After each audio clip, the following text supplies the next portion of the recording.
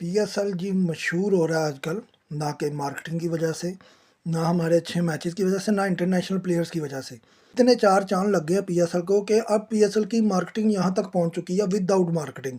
उसमें सबसे पहले जो मार्केटिंग की है वो नसीम शाह ने की है। उसने मौजूदा सीएम पंजाब के खिलाफ एक ट्वीट कर दिया, उस पर उस भाईजान को 2 करोड़ का बढ़ना पड़ गया। पता नहीं 7 करोड़ का बिका था कि 8 करोड़ का, बहरहाल 2 करोड़ उसे देना पड़ गया। बाद में खबर आई कि जी उसके मैनेजर ने पोस्ट की थी।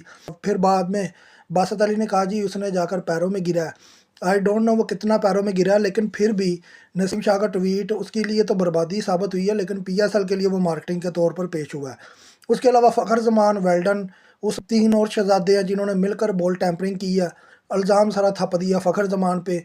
आप अगर देखें कि बॉल पहले से टैंपर होता आ रहा था मैच लाहौर कलंदर वर्सेस कराची किंग्स के दरमियान, लेकिन जो आसिफ अफरीदी जो कि अंपायर था, उसने जो रोल अदा किया, उसने बॉल के ऊपर नज़र रखी।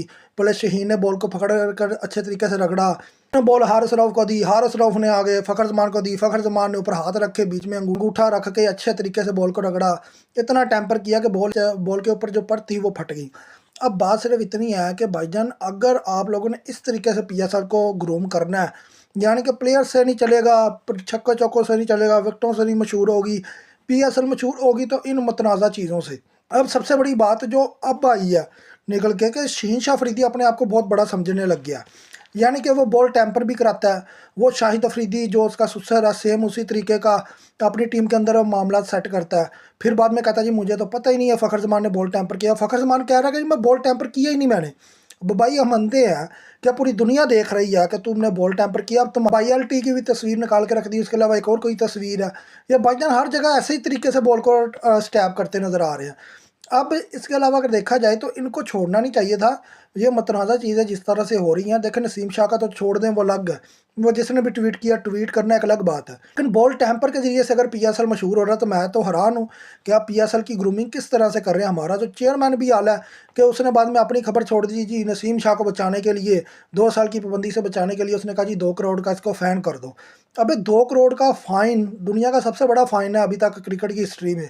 2 करोड़ का फ़ाइन होता ही नहीं है, कहीं लिस्ट में भी नहीं है, लेकिन 2 करोड़ का फ़ाइन पीएसएल में कर दिया गया। उसके अलावा अगर शहीन शाह अफरीदी को देखा जाए, वो भाई अपने आप को बहुत बड़ा समझ रहा है। वो कह रहा है मेरा अब्बा सुसर है भाई, उसके बड़े ताल्लुकात है, तो मैं फिर हर चीज़ करूँगा। उसने सिक्योरिटी ब्रीच की, सिकंदर रजा से 4 लोग मिलने आए। उसके बाद वो जो सिक्योरिटी के लोग थे उन्होंने मना किया, एंट्रप्शन का जो यूनिट था उन्होंने मना किया, लेकिन शहीन शाह अफरीदी ने तगड़म दिखाई कि भाई इनके जो मेहमान हैं उन्हें अंदर जाने दो। उन्होंने मरासला जारी किया सीधा पीसीबी को कि भाईजान इस तरीके से होगा, सिक्योरिटी ब्रीच हुई।